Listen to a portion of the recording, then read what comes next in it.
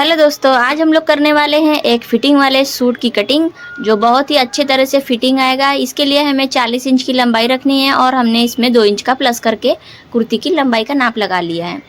अब हमें कंधे से लगाकर हम पहले अपर चेस्ट, चेस्ट और लोअर चेस्ट का लाइनिंग बना लेंगे।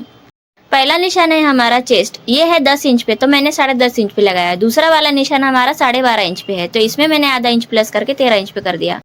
हमारा हिप वाला निशान है 21 इंच, तो मैंने इसमें भी आधा इंच प्लस करके 21.5 इंच का बना दिया।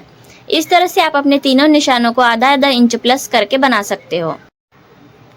इन तीनों निशानों के ऊपर मैं नाम लिख दे रही हूँ कि कौन सा निशान कौन सा है।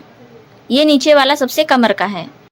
शोल्डर का निशान है 14 इंच, पीछे का गला है 7 इंच और उसके हिसाब से 5.75 और 2.25 हमारा गले की चौड़ाई।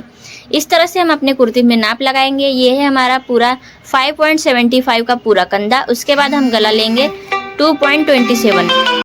इस तरह से हम लोगों ने गले की चौड़ाई और कंधे की चौड़ाई निकाल ली है। हमारा चेस्ट का नाप है 36 और बनाएंगे 5.7।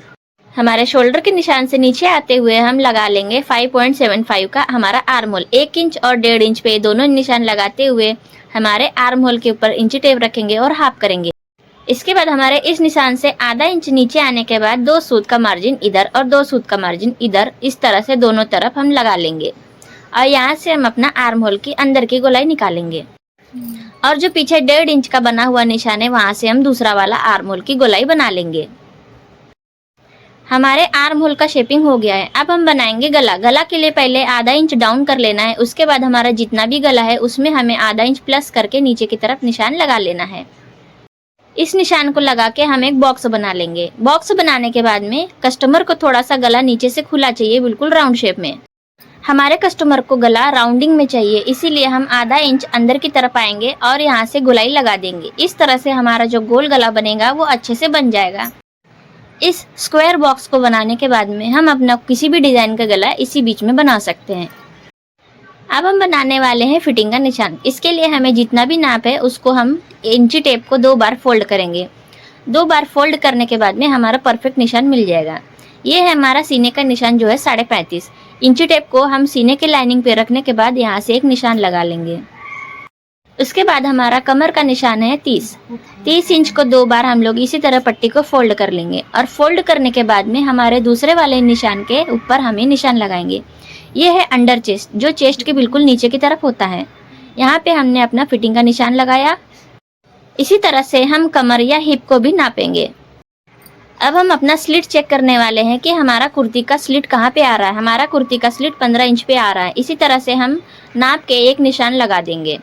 इंची टेप को 2 बार फिर से फोल्ड करके हम हिप या कमर का निशान लगाते चले जाएंगे। इस निशान को हम लोग लगा लेंगे। उसके बाद ये सारे निशानों को हम मिलाते चले आएंगे। अगर आपने अपर चेस्ट का निशान लिया है तो अपर चेस्ट के निशान को भी हमको इसी तरह से 2 फोल्ड में इंची टेप को फोल्ड करना है और इसका निशान लगा लेना है। अगर आपको इंची टेप फोल्ड करना नहीं आता तो आप सीधे उसका चौथा भाग लगा के निशान लगा सकते हैं। तो हमने अपर चेस्ट का भी निशान इसी तरह से लगा लिया है। एक बार हम अपने आर्म होल की गोलाई चेक करेंगे कि हमारी आर्म होल की गोलाई कितनी आ रही है।